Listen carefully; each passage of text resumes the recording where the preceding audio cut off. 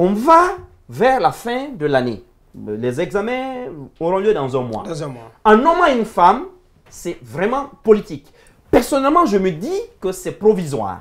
On nomme cette femme. Attendez, non, justement, non, il faut qu'il quand on prend, elle n'a pas été nommée. Merci. Voilà, elle a été élue. Mais justement, quand on sait combien de fois, justement, quand on sait combien de fois, non, elle n'est pas nommée. Je m'excuse.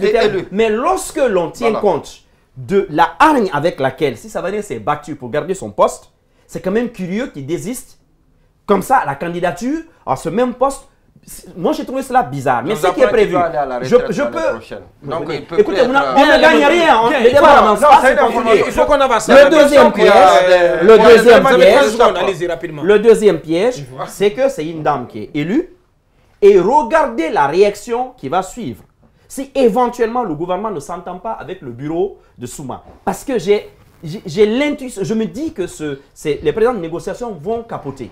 Et Souma va vouloir se braquer et aller à une nouvelle grève. C'est là où la place des femmes, à mon avis, va se montrer. Vous verrez cette dame, notamment avec la présidente de la Fédération guinéenne des parents et amis de l'école, dont on connaît déjà la position. Je ne serais pas étonné de voir ces deux-là soulever les foules de femmes, notamment de Macha Avaria, du marché de Madina. En fait, des femmes en général, parce qu'on va jouer sur l'émotion pour justement dynamiter le groupe de Souma. Et à mon avis, c'est à Souma de se montrer fin dans cette histoire. Merci à vous, Mohamed. L'année scolaire en danger, Talibé Bari, à votre avis?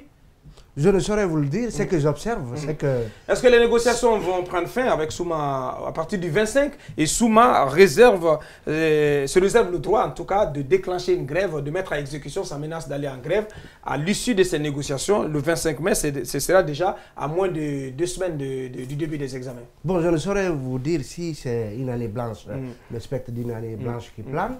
Ce que j'observe, c'est qu'il y a quelque chose de très pourri dans le jeu qui se passe actuellement au sujet du SLEG.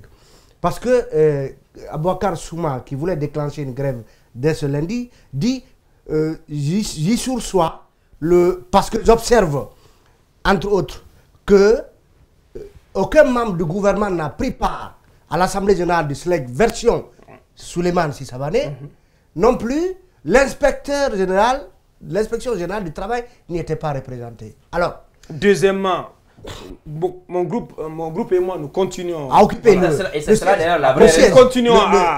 le siège, nous continuons les négociations. Et troisièmement, le gouvernement a démissionné. Non, mais justement, est-ce que par rapport au congrès vicié dont parlait Mohamed Mara, le congrès ayant élu Abouakar Souma, est-ce que les mêmes vices ne peuvent pas, dans ce cas de mesure, dans ce cas de figure, être reprochés au congrès de Sissavané? Alors, si sur cette entrefaite, on nous apprend que, même si Mohamed Mara l'a rappelé, le gouvernement va saisir le tribunal, ce qui est évident, c'est que le tribunal du travail va certainement être saisi. Alors, on va se retrouver face à quelle situation? Non, ça m'étonnerait d'ailleurs. Ce n'est pas normalement le tribunal du travail, contrairement à ce que pense Souma, qui va siéger sur cette question. Parce que c'est une association qui a un problème, qui a des dissensions à l'interne. C'est pas un tribunal ordinaire. Moi, je parle de quoi? Dans le communiqué du ministère du Travail, il est dit que le ministère du Travail a décidé de saisir la justice. Voilà, justement. Ce n'est pas le tribunal du travail. Le tribunal du travail, mais ce qui est évident, c'est que la justice va être appelée à y plancher. Alors, s'il y a vice chez Souma, s'il y a également vice c'est Kadiatou Baldé, ça veut dire quoi? On revient à la situation initiale. On revient à la situation initiale où la justice dira aucun n'est légal, il faut aller. Il faut reprendre. Il faut reprendre le congrès. Ouais. Donc, un congrès intégral. Donc, moi, j'explique la tenue de congrès, la version Sissavané, par le souci du gouvernement d'arriver à ce qu'il a toujours réclamé, c'est-à-dire la tenue d'un congrès à la case départ. Maintenant, par rapport... Mais une perspective que Souma rejette en bloc. Oui, il n'aura pas le choix. Si les tribunaux invalident son élection, il n'aura pas le choix. Justement. Il n'est pas d'accord. Vous savez, M. Mara, vous avez dit que... Il n'est pas pour. Je ne dis pas qu'il doit s'y opposer. Je dis qu'il n'y est pas pour. Comme il a le don de s'opposer à tout, M. Mara a rappelé... C'est qu'on a vu Talibé, il reste qu'un quart d'heure. Oui, bien. Voilà. M. Mara a rappelé quelque chose d'important, c'est que le juge, il analyse l'environnement, il tient compte de certaines réalités. Aujourd'hui, jusqu'à preuve du contraire, c'est Souma qui a la capacité de soulever des foules d'enseignants. Qui a la légitimité. Alors, est-ce que Souma sera fort de quoi pour éventuellement s'opposer à une décision de justice? Je ne saurais le dire, mais contrairement à ce que Monyouma disait, pour lui, si Souma a réussi antérieurement, c'est parce que il tenait cette affaire de 40%. Mais Souma tient le bon bout de l'affaire de 8 millions. Ces 8 millions-là font rêver plus, certainement, les enseignants que les 40% antérieurs. Donc Souma se sent fort de dire que j'occupe encore le siège. D'ailleurs, les 8 millions ne concernent que les enseignants. Justement. Alors qu'il a déjà réussi à faire bénéficier 40% d'augmentation à toute la fonction publique. Il se sent fort du bâton des 8 millions, il se sent fort d'occuper le siège du SLEC et il se sent fort de cette légitimité. Donc, parle Mohamed Mara. Absolument. Merci à vous. Baldé, votre regard sur cette situation, on sait qu'elle n'est pas similaire à ce qui se passe au Sénégal. Il y a eu aussi des revendications corporatistes, donc venant des enseignants au Sénégal, des revendications portant sur une augmentation de la prime de logement. Et comment ça se passe? Le syndicat des enseignants au Sénégal parle-t-il de la même voix? Non. Il y a toujours une cacophonie dans ces groupes-là, dans ces organisations-là. Mais pour revenir à la situation au cas guinéen, je dois dire que personnellement, je n'ai pas tous les arguments juridiques pour pouvoir entrer dans un débat de l'égalité ou pas de la version Souma ou la version Kadiatou Baldé ou M. Savané. Mais je pense qu'il y a une constante. C'est que nous avons tous suivi ces événements. Et sur le débat sur la question de la légitimité de M. Souma, je pense que le débat ne se pose pas aujourd'hui. Donc on l'a suivi. Et il y a également une chose, je pense qu'il ne faudrait pas s'amuser avec les acquis. Déjà sur les 40% et tout ce qui est similaire à ça, je pense qu'il faudrait conserver cela. Et aussi, il faut éviter un second blocage du pays, de la situation éducative dans le pays. Ça me paraît vraiment essentiel. Donc, mais maintenant, sur la manière dont l'État va s'y prendre pour régler cette affaire, c'est assez compliqué. En tout cas, il y a une période naturelle qui arrive parce que la période des vacances, le gouvernement quand même pourra s'amuser avec les syndicalistes parce que en ce moment-là, il n'y aura pas de... Il faut y arriver. Il faut y arriver en avant. Il faut y arriver auparavant. Il y a les 25 ans. Absolument. Il faut y arriver. Donc, on va suivre cette actualité. On va scruter ces négociations de prêt, en tout cas, qui vont prendre fin le 25 et à partir de là, on saura ce qui va se passer, en tout cas. Lamine Monyouma Cissé qui continue de qualifier Abakar Souma de syndicaliste dissident rebelle. Lui, quand même, il est gentil par rapport à... On saura ce qui va se passer. On en vient maintenant à la dominante de l'actualité, à la dominante de l'actualité en Guinée. La Guinée qui est dans l'attente d'un nouveau gouvernement plusieurs jours après la démission du gouvernement de Mamadi Youla. Mamadi Youla qui a remis sa démission et celle de son gouvernement dans les mains du président Alpha Condé le jeudi à l'issue du dernier conseil des ministres, en tout cas pour cette équipe sortante. Et cette équipe sortante qui a été aussi chargée de conduire les affaires courantes. Et pour ce qui est du nouveau gouvernement, un homme serait à la croisée de son destin. Et il s'agit du Dr Ibrahima Kassori Fofana qui s'est rendu samedi au siège du RPG Arc-en-Ciel pour acter la fusion ou la fonte de son parti GPT dans le creuset RPG Arc-en-Ciel. Donc on va revenir pendant 20 minutes sur cette actualité. Pour commencer avec vous, Talibé Barry, d'abord, qu'est-ce qu'on peut retenir de l'action du gouvernement Mamadi Youla? En une minute, rapidement, on va revenir sur qu'est-ce que vous retenez de l'action du gouvernement Mamadi Youla? Ce que j'en retiens, c'est que ça me rappelle un peu le scénario du gouvernement, du premier gouvernement Mohamed Saïd Fofana. On se rappelle que ce gouvernement aussi avait rendu sa démission et par la suite, le président leur a dit expédier les affaires. Sauf que c'était les secrétaires généraux qui devaient expédier les affaires. Oui, mais justement, mais je veux dire qu'il y a eu un décalage aussi entre la démission de ce gouvernement et la formation du nouveau gouvernement. Mais ce qui s'est passé, c'est-à-dire que jeudi soir, après la démission du gouvernement, c'est-à-dire cette fonte, cette fusion des partis GPT, UNR et PNR dans le RPG, a montré qu'il y avait quelques réglages d'ordre politique qu'il fallait faire pour que ce gouvernement soit mis en place, parce que l'acte 1 de la mise en place de ce gouvernement, c'est bien évidemment, si le président s'y décidait, la nomination d'un premier ministre. Aujourd'hui, tout porte à croire que ce Kassouri, je dis bien, tout porte à croire, parce que je ne suis jamais sûr de rien tant que Alpha Condé n'a pas pris ses décrets. On va en parler tout à l'heure. Je posais la question sur le bilan de Mamadi Youla. Mamadi Youla, certes, s'en va et son équipe, et on sait que là-dedans, certains vont être certainement reconduit, mais il quand même un mot sur son action. Il a fait un peu plus de 2 ans à la tête du gouvernement guinéen. Qu'est-ce qu'on peut retenir un peu de mots sur son action? C'est que moi, en fait, l'action, le bilan de Mamadi Youla, c'était un bilan globalement satisfaisant. Mi-figue, mi-raisin. Mi-figue, mi-raisin, parce que on parle d'une croissance qui, malheureusement ou heureusement, est essentiellement portée par le secteur minier, alors que la Guinée dispose d'autres espaces pouvant booster l'économie de ce pays.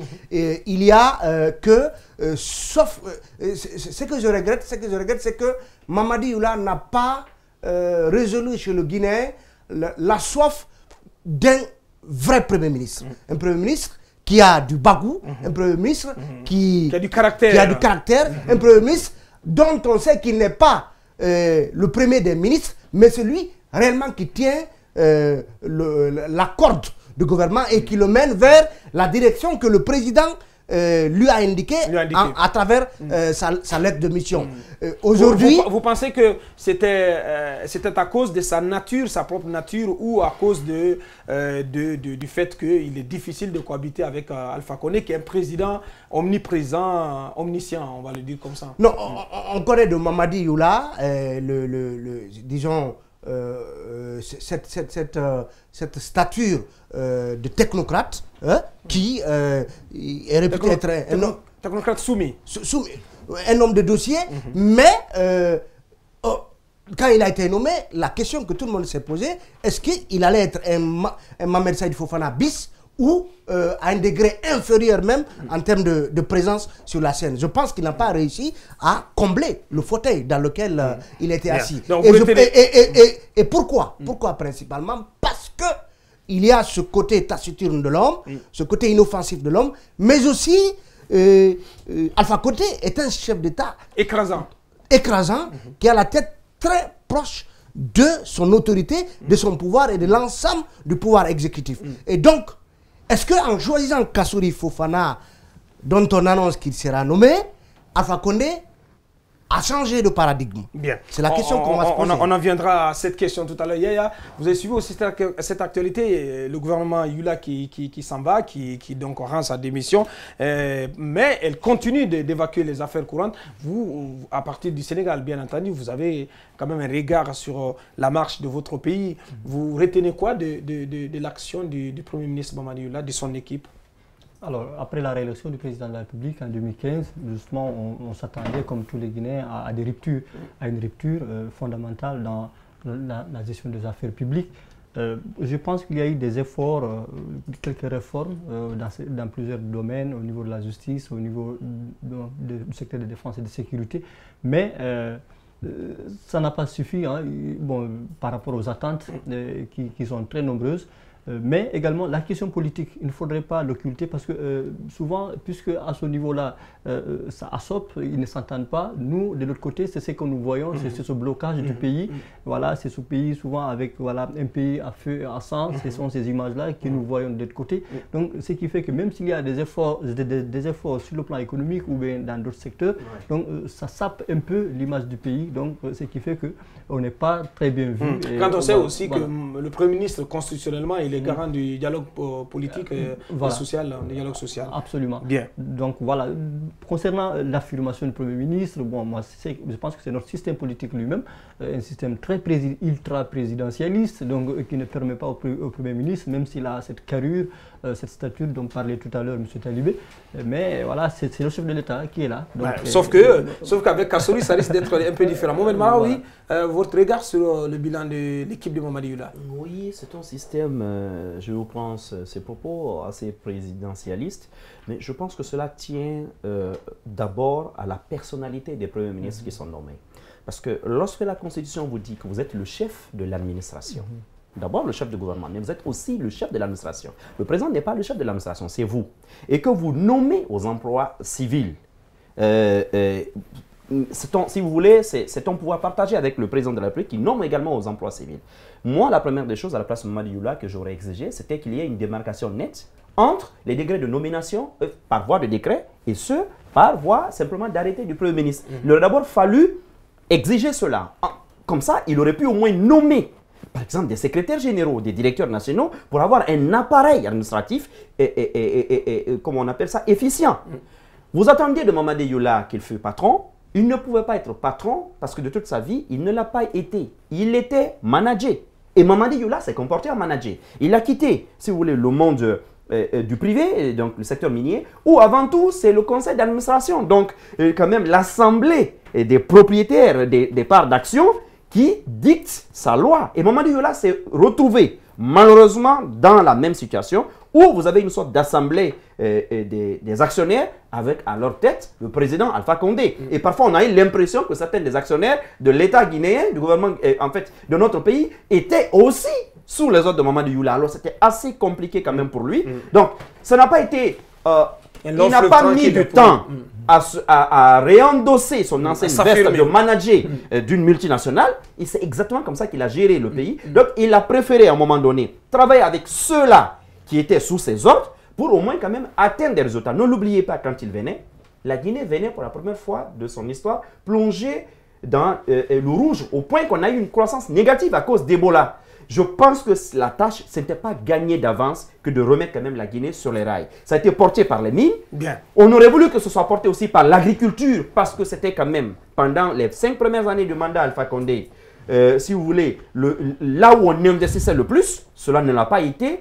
Maintenant, de l'autre côté, sur le plan du dialogue social et politique, à ce niveau-là, Mamadi Youla n'aura jamais été à la hauteur. Là, je suis désolé. Il n'a même pas existé. On parle de syndicats parce que Mamadi Youla n'a pas été, si vous voulez, d'abord le promoteur du dialogue et le garant des accords. Sur le plan politique, la même chose. Et à ce niveau-là, on peut dire qu'il a été davantage un valet du palais. Bien. Lamine, votre analyse du bilan de l'équipe de Mamadi Youla. Oui, un peu de mots. Mohamed Mara, tout à l'heure. Un Premier ministre qui est resté dans l'ombre du chef de l'État. Oui, à l'entame de ses propos, il a su parfaitement décrire l'homme. Vous savez, quelqu'un qui n'a jamais rêvé d'être Premier ministre, qui n'a pas négocié son poste avec le président de la République, qui se retrouve à ce poste-là, forcément, on ne peut pas demander grand-chose au président, sinon que constater, être spectateur. Sinon qu'une attitude d'obséquiosité, on va dire comme justement, ça, de soumission. De soumission. Alors, celui qui doit arriver, pendant très longtemps, on était là, on a suivi les péripéties, les spéculations, mais on a appris de toutes les façons qu'il était en négociation. Et lui-même, il l'a dit d'ailleurs,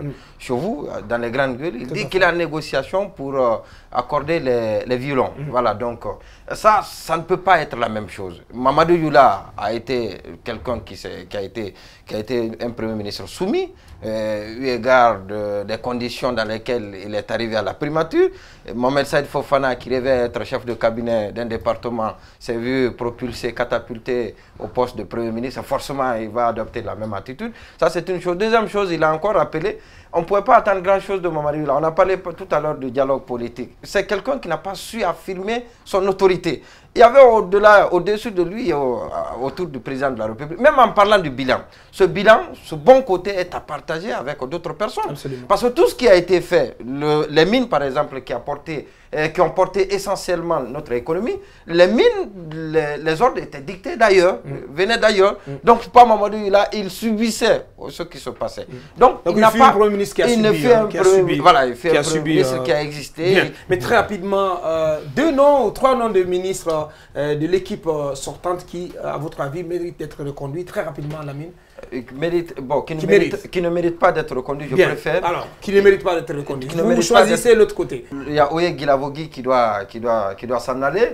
Et il y a le ministre du Commerce, Marc Yombuno, qui ne mérite pas d'être reconduit qui ne mérite même pas être secrétaire général. Oui. Et donc, il y a le ministre du Budget, Mohamed Lamine Doumbouya, qui est brillant, qui est bradé de diplôme, malheureusement, qui est très novice dans la gestion de l'administration. Il a fait montre de son inexpérience à maintes reprises. Ceux qui méritent de ne pas être reconnus ou ceux qui méritent d'être reconnus? Mériter, je ne sais pas.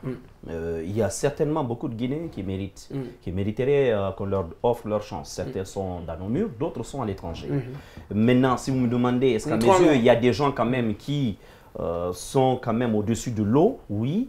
Lorsque vous regardez le ministre des Mines, il est jeune, mais il a beaucoup de dextérité. Oui. Et il y a quelqu'un d'autre, c'est vraiment mon coup de cœur au gouvernement, parce que c'est vraiment la surprise pour moi. C'est le ministre Abdoulaye Yero, parce que je suis de ce corps-là, je savais combien de fois la tâche était impérieuse. Mais il a osé. Développer mon maître. Et je me dis que Abdoulaye Yero Baldé... C'est à qui et qui mérite d'être reconnu? Abdoulaye Yero. C'est pas parce qu'il m'a invité personnellement, mais je vois. Mais je connais votre rigueur intellectuelle. Voilà, je vois ce qu'il fait. Bon, je pense qu'il fait des bonnes choses. Il fait du bon travail. On échange beaucoup, il est assez accessible. J'ai beaucoup d'autres échos, en tout cas qui plaident en sa faveur. Merci. Talibé? Donc Alpha aurait du mal à se débarrasser au regard des liens d'affection. Mais qui ne devrait plus figurer au gouvernement. Ou qui lui permettent de garder une certaine situation qui lui est favorable. En premier lieu, Bantamasso. C'est lié affectif avec justement Ibrahima Kourouma, Bourema Condé, Damantan. Non, attention, Damantan, il a un bilan. Non, je ne parle pas. On ne peut pas parler d'affection. Il y a des gens qui ont eu un bilan qu'Alpha a éjecté de son gouvernement. Vous comprenez? Non, attendez, il faut reconnaître que Damantan... Vous avez parlé, je ne vous ai pas interrompu. Sinon, j'aurais pu discuter certaines... Voilà. Donc, il y a ces personnes. Il y a Gassama Diaby, qui, dont l'activisme sur le terrain pour éteindre des brasiers, profite à Alpha. Absolument. Il y a Moustapha Naïté qui également agit dans ce sens. Il y a également le ministre Yero Baldé qui n'est pas très flamboyant en termes d'expression, en termes d'affichage dans les médias, mais qui montre qu'il a une ambition, qu'il veut apporter des solutions à des problèmes. Et ensuite, il y a... C'est très proche d'Alpha aussi. Hein. Oui, très proche d'Alpha aussi. Qui a été le vice-président de très proche d'Alpha aussi. Et ce qui m'amène à dire que le balayage de printemps auquel beaucoup s'attendent, ils ne l'auront certainement pas. On serait surpris. Alpha ne se défera pas de beaucoup d'autres personnes. Merci à vous. Lamine, en 2 minutes. Kassouri, au siège du RPG Arc-en-Ciel, samedi, pour fondre son parti, acter la fonte de son parti dans le RPG Arc-en-Ciel. Quel calcul politique se cache-t-il derrière ce geste? Depuis très longtemps, et c'était sans doute la condition sine qua non pour que Kassouri soit Premier ministre. Au début, on pouvait se passer, et parce qu'ils étaient arrivés à un accord qui excluait la fonte de GPT dans le RPG. Mais malheureusement, avec cette lettre du RPG, ces différentes réunions du RPG qui s'est rendu compte finalement qu'on est pas loin de 2020 et qu'il ne faut pas donner la chance à un non-RPG de leur voler la vedette en étant Premier ministre. Alors, donc, le président s'est ravisé et a exigé de son futur Premier ministre, parce que c'est, comme l'a dit Talibé, on ne dit jamais avec Alpha Condé, mais c'est presque fait. Donc à exiger de lui la fonte de son parti dans le RPG, ça a chopé, ça a été très difficile, très difficile. Kassori perd et finalement, perd-il ou gagne-t-il? Non, il perd pas, il a la primature et il va composer le gouvernement avec le président de la République, forcément.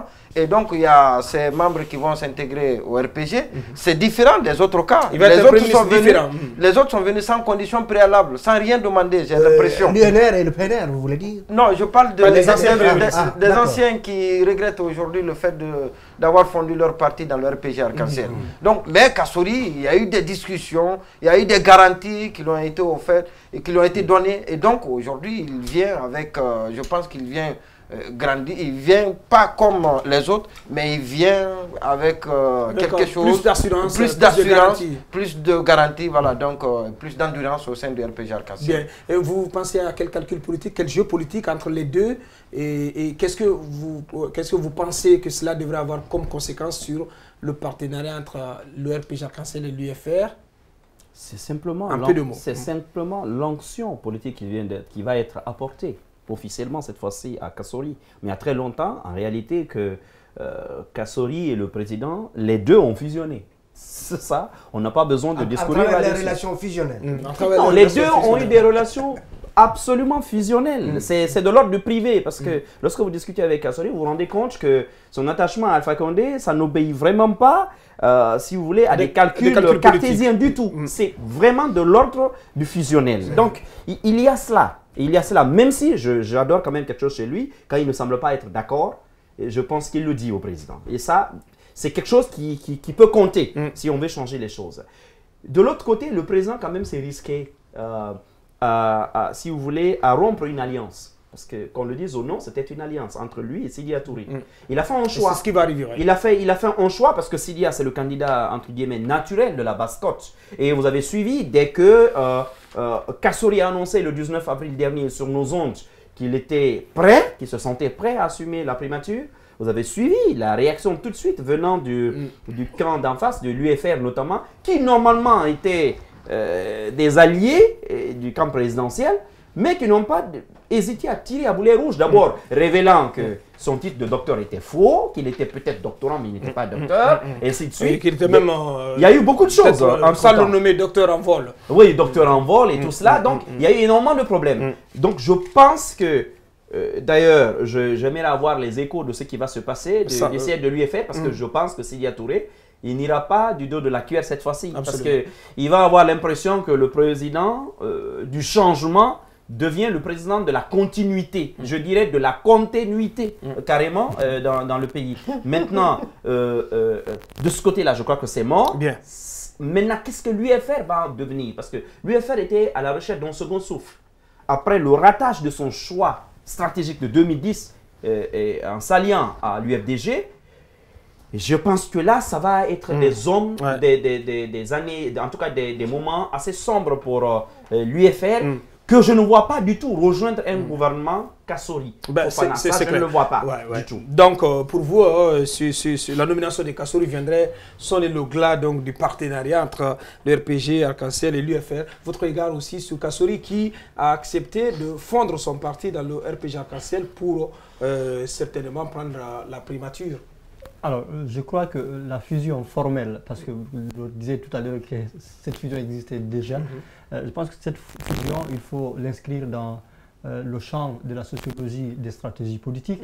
Et moi, je pense que la question qu'il faudrait se poser, est-ce que avant la prise de cette décision, est-ce qu'il y a eu des consultations larges à la base de son parti? Parce que politiquement, c'est une décision tellement grave que cela nécessiterait justement que toutes les structures du parti soient en tout cas consultées avant cette décision. Mais si cela n'est pas fait, je crois que c'est un coup, ou en tout cas un coup de poignard pour notre démocratie, c'est un coup pour le parti lui-même, parce que c'est pas... Il va disparaître. Voilà, il va disparaître. C'est même pas une fusion, c'est une absorption. Donc, c'est une absorption. Voilà, C'est une fusion.